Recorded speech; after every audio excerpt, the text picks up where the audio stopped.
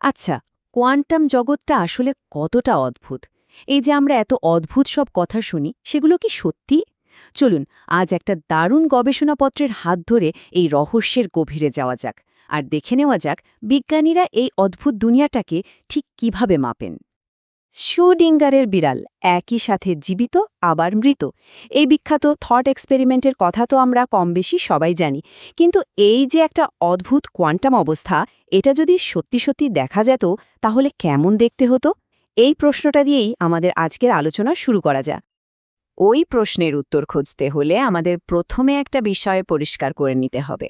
আচ্ছা, এমন কি কোনো উপায় আছে যা দিয়ে বোঝা যাবে যে কোনো একটা জিনিস আমাদের পরিচিত সাধারণ জগতের নিয়ম মেনে চলছে, নাকি কোয়ান্টাম জগতের অদ্ভুত নিয়ম মানছে?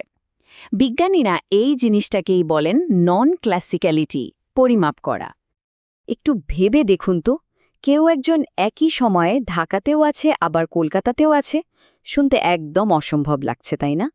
কিন্তু কোয়ান্টাম কণাগুলো ঠিক এইভাবেই আচরণ করে। তাদের এই অসম্ভব ক্ষমতাকেই বলা হয় সুপারপোজিশন, যা আমাদের প্রতিদিনের অভিজ্ঞতার সাথে একেবারে মেলে না।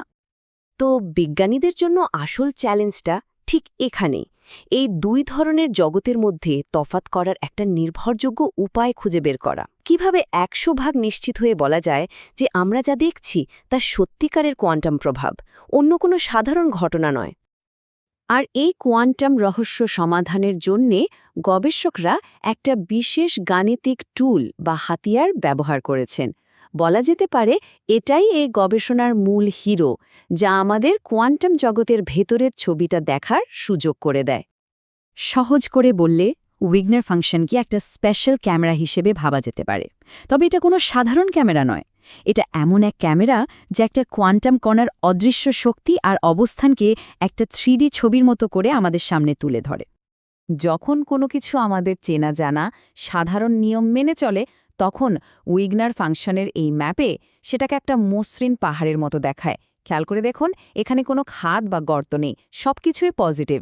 এটা দেখে বোঝা যায় এর আচরণে কোয়ান্টাম অদ্ভুতুরে ভাবটা নেই। কিন্তু আসল ম্যাজিকটা এখানেই। যখনই এই ম্যাপে কোনো খাদ বা গর্ত দেখা যায়, মানে যেখানে গ্রাফটা শূন্যের নিচে নেমে গেছে, তখনই আমরা ১০০% নিশ্চিত হতে পারি যে আমরা সত্যিকারের কোয়ান্টাম জগতের কিছু একটা দেখছি। এই নেগেটিভ অংশগুলোই হল কোয়ান্টাম আচরণের পাকা প্রমাণ। আচ্ছা, এবার আসা যাক এই গবেষণার মূল বিষয়টাতে, সেই শ্রোডিঞ্জারের ক্যাট স্টেট, আর সেটাকে আরও অদ্ভুত করে তোলার একটা পরীক্ষা।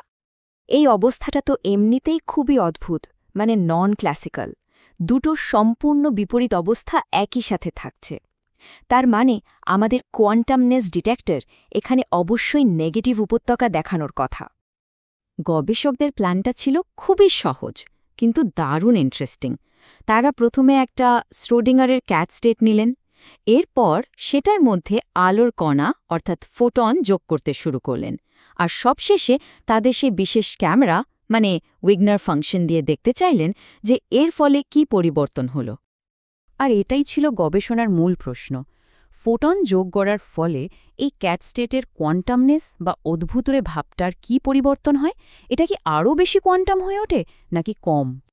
চলুন এবার সরাসরি ফলাফলে চোখ রাখা যাক, কারণ উইগনার ফাংশনের এই ছবিগুলোই সবচেয়ে পরিষ্কার উত্তরটা দিয়ে দেয়। কোনো কথার থেকে ছবির প্রমাণ অনেক বেশি শক্তিশালী। প্রথমে বাঁ দিকের ছবিটা দেখুন, এখানে মাত্র একটা ফোটন যোগ করা হয়েছে। মাঝখানে কিছু নেগেটিভ গর্ত বা উপত্যকা তৈরি হয়েছে, কিন্তু সেগুলো খুব একটা গভীর নয়।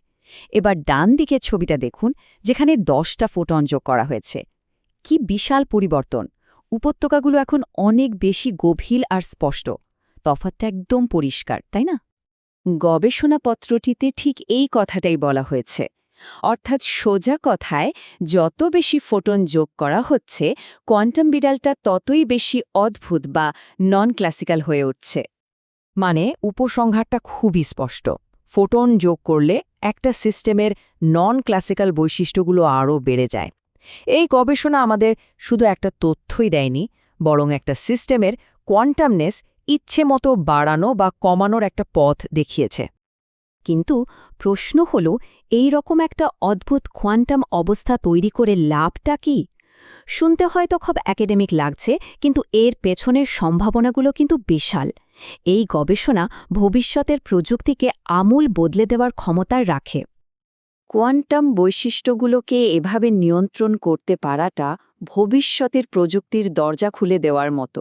যেমন ধরুন, আরও অনেক বেশি শক্তিশালী কোয়ান্টাম কম্পিউটার তৈরি করা বা এমন এক যোগাযোগ ব্যবস্থা বানানো যা হ্যাক করা প্রায় অসম্ভব। এই সব কিছুর ভিত্তি হল এই ধরনের গবেষণা। শেষ পর্যন্ত এই গবেষণাটা আমাদের একটা বড় ধাঁধার একটা ছোট্ট কিন্তু খুব গুরুত্বপূর্ণ অংশের সমাধান দিল, আর আমাদের একটা নতুন প্রশ্নের সামনে দাঁড় করিয়ে দিল। কোয়ান্টাম জগতের এই অদ্ভুত নিয়মগুলোকে কাজে লাগিয়ে আমরা ভবিষ্যতে আরও কি অসম্ভবকে সম্ভব করতে পারব।